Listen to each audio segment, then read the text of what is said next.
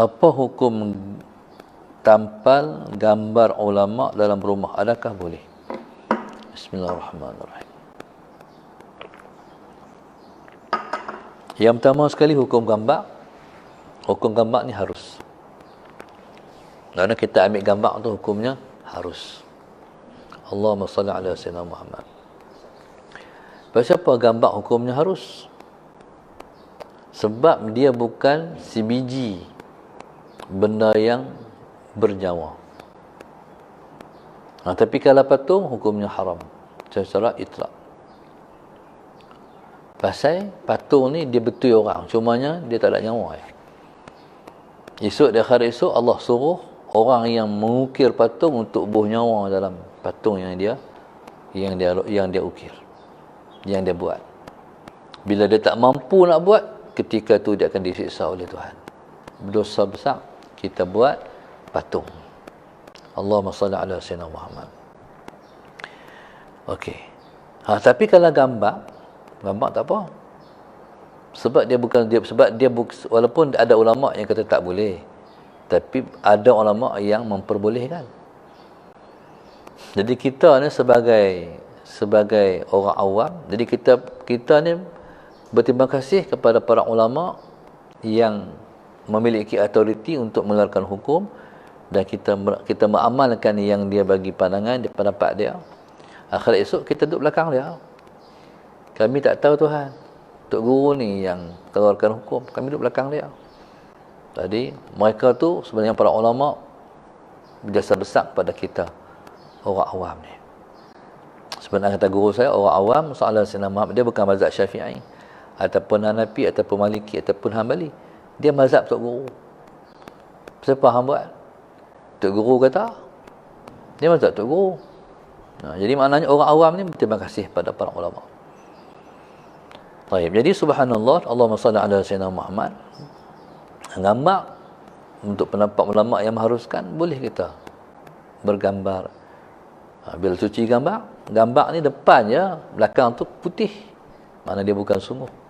Allahumma salli ala sayyidina Muhammad. Kita kalau gambar tak diancam seperti orang yang ambil patung, melukis patung ataupun mengukir patung. Kemarin ada satu hamba Allah main rumah. Dia ni Allahumma salli ala sayyidina Muhammad, Tuhan bagi kemahiran kat dia melukis. Jadi lukisan dia tu ada harga lah. Ada harga kalau jual. Allahumma salli ala sayyidina Muhammad. Dia nak menyumbang untuk pembinaan masjid di Pondok Darsa. Dia kata, Ustaz, saya ada 2 lukisan. Lukisan ni kalau boleh Ustaz jual lah. Duitnya saya tak ambil, duitnya untuk pembinaan masjid. Jadi subhanallah, Allahumma salli ala sayyidina Muhammad. Jadi satu lukisan dia tu, itu lukisan ikan bawai dengan ikan merah. Jadi adakah boleh? Allahumma salli ala sayyidina Muhammad. Lukisan tu harus, sebab dia lukisan. Allahumma salli ala sayyidina Muhammad. Tapi kalau perkara berkait dengan patung-patung, contoh kita kata masalah sayyidina Muhammad, patung bear contohnya. Patung bear tu, cari patung bear tu, masalah dia patung bokong. Hal tu kena ambil perhatian sikit. Kadang-kadang patung monkey penuh di kereta, gantung di cermin kereta tu, tu ambil kira sikit. Tu tak perkara yang tak diperbolehkan. Allahumma salli ala sayyidina Muhammad. Kadang-kadang salli ala sayyidina Muhammad, tapi ada boleh patung, boleh patung askar kan, ada gambar combat kan, combat, ada askar, ada kereta askar, ada cik-cik tu boleh. Kata guru saya boleh. Pasal apa? Sebab dia menghidupkan semangat berperang. Berperang, dia boleh menghidupkan semangat berjihad. Itu boleh. Ultraman? Ultraman ni tak tahu. Dia tiba semangat apa. Tapi kalau hal lain, kalau ada konsep yang berkait dengan jihad, Allahumma salli ala sayyidina Muhammad, diperbolehkan oleh agama kita. Sallallahu alaihi Muhammad. Baik. Okey, macam mana hukum gambar boleh? Kali gambar, kan contoh kita kata gambar sengaja tepi rumah orang kan, masalah Sayyidina Muhammad. Dia bergambar, dia di convocation, dapat hadiah apa semua, dapat apa-apa lah. Tu harus hukum dia. Allahumma salli ala Sayyidina Muhammad. Tapi tak menolong kita untuk ingat kat Tuhan. Rugi nanti pula lah. Dia kalau nak tu ingat kat Tuhan ni, masalah Sayyidina Muhammad. Contoh kita gambar ulama. Tu diperbolehkan. Kita ambil gambar kita, masalah Sayyidina Muhammad, contoh ada ulama, kita ambil sekali. Hak tu boleh. Tapi kalau gambar kita di convocation, kita teringat nostalgia pi terima apa? Terima sijil je lah. Dekat tu je lah. Jadi kalau kita nak top up sikit, eloklah buh gambar ulama. Allahumma salli ala Sayyidina Muhammad. Ini kami lihat bila mana kita berziarah ke tempat-tempat ulama. Ulama pun tak gambar ulama.